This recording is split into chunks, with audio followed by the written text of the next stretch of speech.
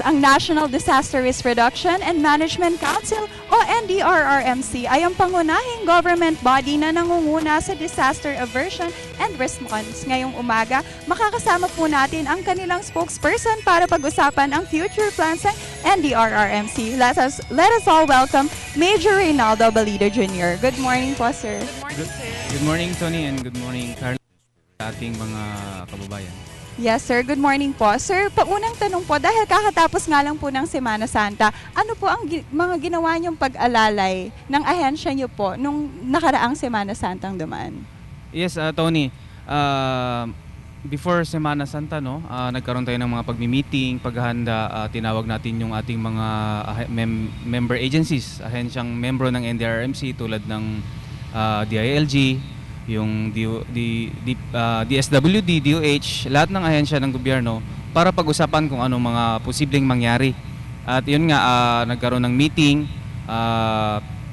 at sa anong tawag dito, fortunately, hindi naman nagkaroon ng maraming sakuna at napaghandaan natin. Yun nga lang, mayroong mga isolated cases, may mga ilan nalunod, ilan na nadisgrasya sa vehicular accident. Yung mga isolated cases na yun. Okay, ngayon naman summer season na, and usually iniisip natin yung mga sakuna dumarating yan tuwing tag-ulan, pagbagyo. Ano ba yung ina-expect tuwing summer season? Summer season, syempre may initang panahon, no? Opo. Ayan, paghahandaan na naman natin, meron tayong lakbay alalay, nakapwesto yan sila sa mga national highways, tutulong kung may aberya sa kalsada. At pinapaalanan natin ating mga kababayan na bantayan yung heat stroke dahil sobrang init. And sa mga kababayan din nating magpupunta sa mga outings, excursions, na mag-ingat at huwag masyadong complacent dahil baka pumunta sila sa dagat, sa mga swimming pools at yun yung mga nagiging sakuna sa kapag summer. Okay, talagang dapat mag-iingat pag magsa-swimming, no? Yes, Carla. Yes. Since natanong mo, Carla, na tuwing tag-init, anong mga disaster na nangyayari, malapit na rin po ang tag-ulan. Malapit-lapit Yes. na, sir. Ano naman po yung mga disaster na nangyayari tuwing tag-ulan? Siyempre, tag-ulan, no? Nandyan yung bagyo. Alam na naman natin yung lokasyon ng ating bansa nasa typhoon belt. So, ina-expect natin merong around 25 to 26 typhoons na pumapasok sa ating bansa every year. And out of those 26 typhoons, around 20 naman yung nagla-landfall. And out of those 20, 6 yung na-expect nating magiging devastating yung effect. So, ganun pa rin, binibigyan natin ng babala ating mga kababayan para mapaghandaan nila yung mga darating na mga bagyo. At kung darating ang bagyo, may pag-ulan, siyempre may kaakibat na dalang sakuna rin yan tulad ng pagbaha, landslide. So, lahat yan pinapaghandaan natin. Ano po ba yung dapat na ginagawang paghanda usually? Sa ngayon, ang ating binibigyan ng capacity, kinakapacitate natin yung ating mga LGUs. Kasi sila naman talaga yung unang responders dun sa kanilang mga lokalidad. So, unang-una, binibigyan natin ng trainings yung ating local government units. So, unang-una dyan yung incident command system. Kailangan buuin nila yung kanilang incident management team na tinatawag na kung may sakuna, mayroong magmamanage, may magpaplano. And then, meron din tayong mga skills training tulad ng search and rescue training. Okay. Na kung may nangyari ng sakuna at kailangan may respondehan, mayroon ka agad-agad. At dyan, binubuo dyan sa mga lokalidad. So, local disaster volunteers na tinatawag.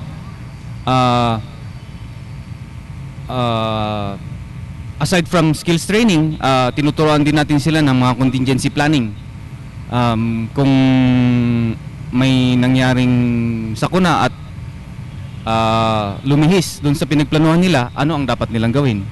Okay. At iba-iba pang mga pagpaplano na tinuturo natin sa kanila. Sir, na-mention niyo yung local disaster volunteers. So kahit Yes. sino pwede mag-volunteer? Opo, pwede kahit sino, kaya lang kailangan niya mag-undergo ng training. Yes. Kailangan na mag-undergo ng training at saka kailangan naka-register siya sa ating LGU para malaman.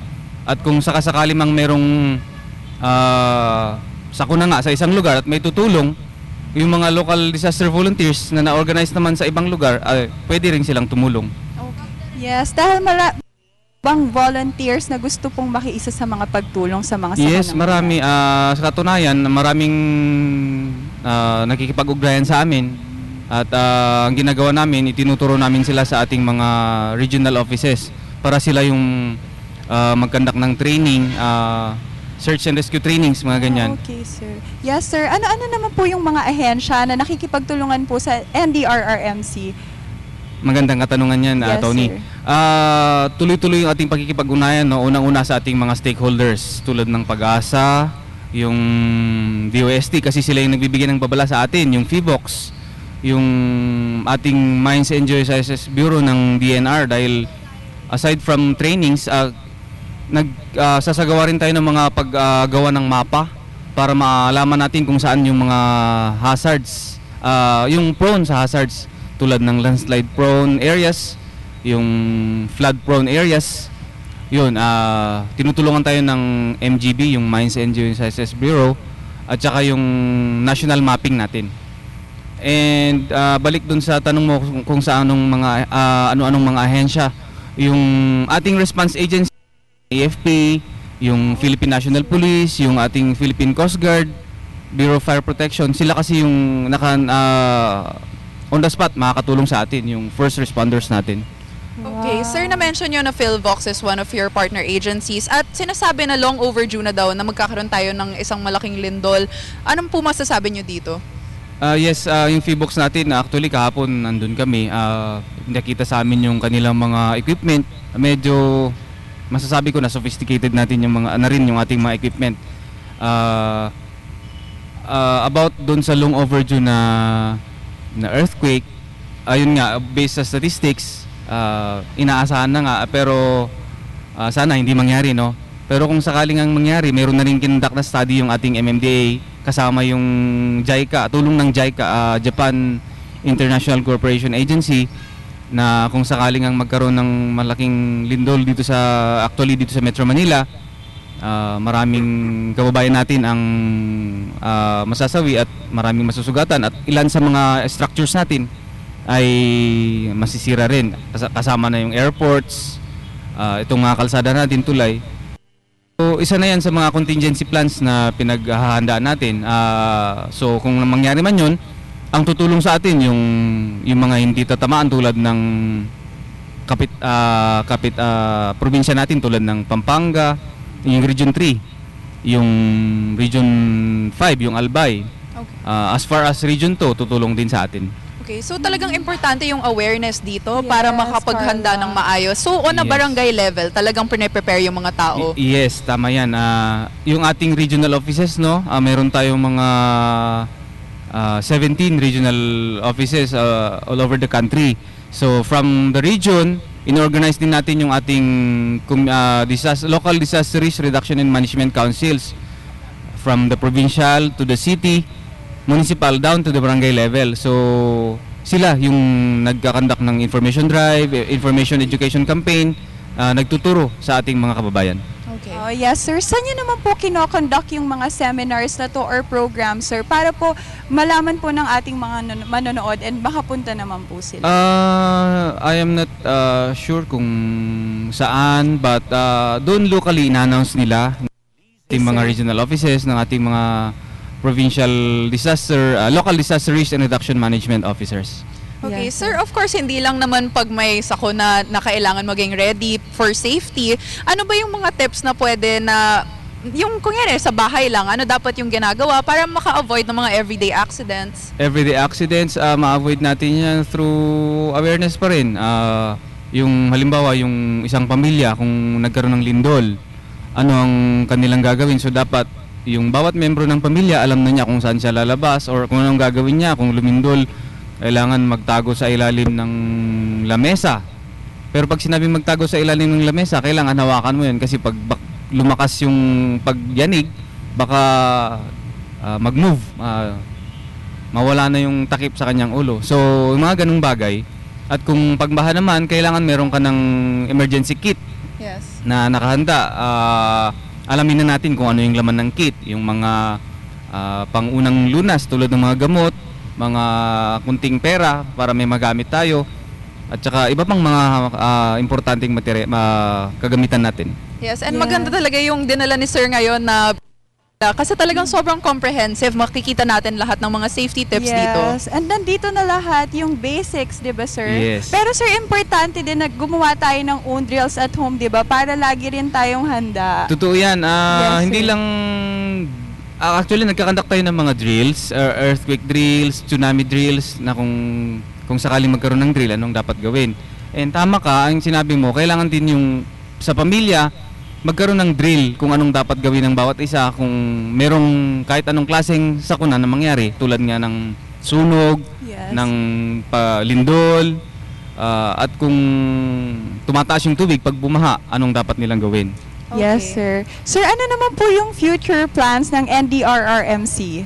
Yes, isa sa mga pinaghandaan, plano ng ating bagong administrator, dahil kakaupo lang ng ating bagong administrator, si Yusek Eduardo de Rosario, yung tuloy-tuloy na pakikipag-ugnayan nga sa ating mga stakeholders. Tulad ng nasabi ko kanina, yung ating mga surveillance agencies, yung nagbibigay ng mabala sa atin, yung PAG-ASA, yung FIVOX, at sa mga response agencies naman tulad ng mga AFP, yung ating Department of Health, at iba pang response agencies na tuloy-tuloy yung aming pakikipag-ugnayan sa kanila para mapagplanuhan pa namin kung anong mga dapat naming gawin para sa kapakanan ng ating mga kababayan.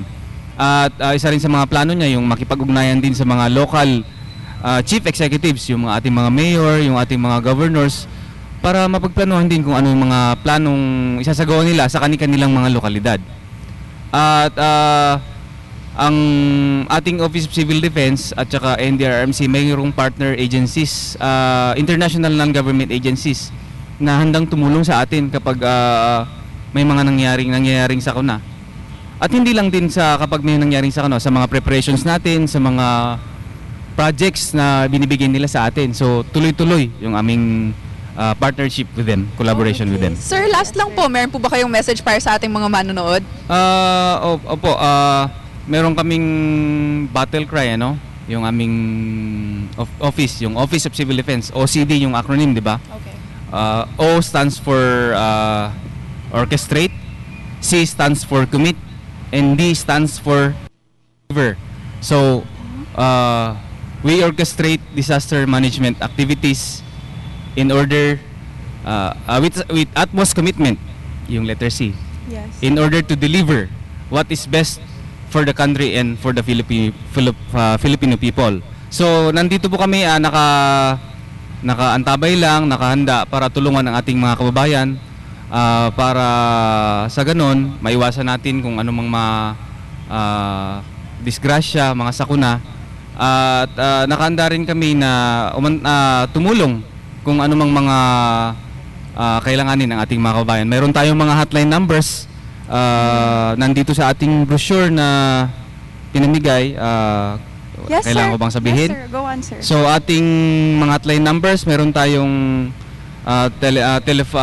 PLDT, yung 912-2665, 912-5947, 912-5668, and 911-1406. Yun lang po. Yes, sir. Maraming salamat. Good morning. Salamat, sir. Maraming salamat, sir. Once again, that was Major Reynaldo Balido Jr., ang spokesperson ng NDRRMC.